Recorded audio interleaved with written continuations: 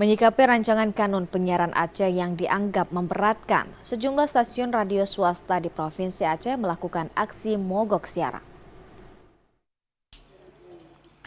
Aksi mogok yang dilakukan oleh 25 stasiun radio di berbagai penjuru Aceh merupakan bentuk protes dan penolakan terhadap rancangan kanun atau rakaan penyiaran Aceh yang dianggap memberatkan lembaga penyiaran. Salah satu stasiun radio yang melakukan aksi mogok siaran ialah Radio Ekstra FM di Kabupaten Aceh Singkil.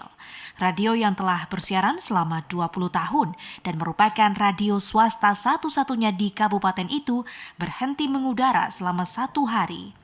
Pengusaha radio Yuliana Rusli mengatakan aksi ini merupakan bentuk penolakan rakan penyiaran yang memberatkan lembaga penyiaran khususnya pada beberapa pasal.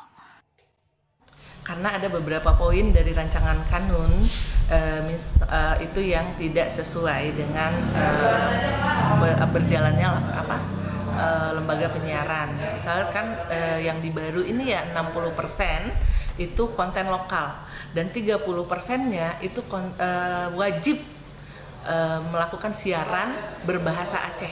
Nah, kalau untuk kita sendiri di daerah kita ini Aceh Singkil, mungkin pendengar kita untuk yang paham berbahasa Aceh itu mungkin kita sebagai lembaga penyiaran akan sulit untuk mendapatkan pendengar. Yuliana menambahkan selain memberatkan, kanun ini juga tidak memiliki urgensi. Justru masih banyak persoalan lain yang lebih mendesak, misalnya aturan terkait penyiaran di media sosial yang banyak menampilkan tayangan yang tidak baik untuk ditampilkan. Dari Aceh Singkil, Jakartawan Adi Nugraha, TVRI melaporkan.